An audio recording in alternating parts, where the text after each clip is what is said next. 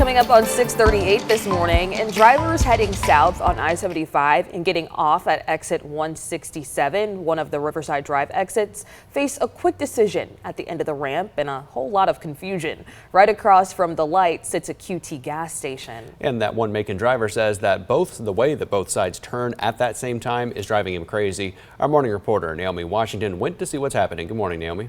Good morning. The driver I spoke with says he's seen close calls here for years and even has had a few himself. He doesn't think the traffic volume is the problem. He believes the timing of the cars getting off the ramp and others coming out of the QT at the same time is what's causing the trouble.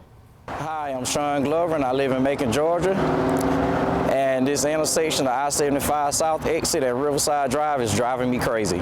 Anyone exiting at 167 knows the spot. As you come up the ramp, this is what you see. I've been using this intersection now for about 4 to 5 years. And at first it was okay, and then once they added the QT in, that's when I noticed it was an issue. When the light turns green, drivers coming off the ramp have to watch for cars turning right out of the QuikTrip. But drivers leave the gas station on a slight incline, making it harder to see who's coming from either direction. Some days when I'm just out and about, I would notice, wow, this is bad. I can't see anybody who's coming out. They can't see me sometimes.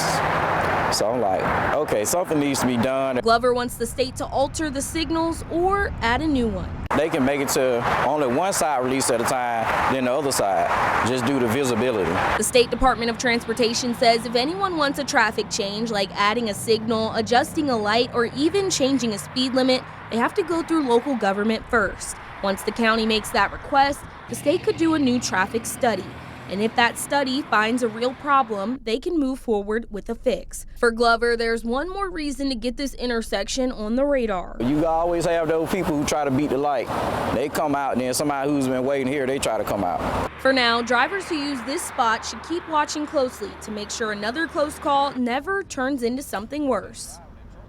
The state spokesperson from GDOT told me that when the QuikTrip was built, the company had to modify its driveway permit and submit a traffic engineering study to show how much extra traffic the store would add and how it would affect the intersection. And as for adjusting the light or adding a new signal, the state says any problem would have to be documented through another traffic study first. All right, thanks, Naomi. Now, of course, we want to help you fix the areas in central Georgia that drive you crazy, so we want you to tell us what road to check out next. Of course, once you do that, Naomi is going to reach out to you and officials to get answers. Go ahead and send us what's driving you crazy to our email, news@13wmaz.com.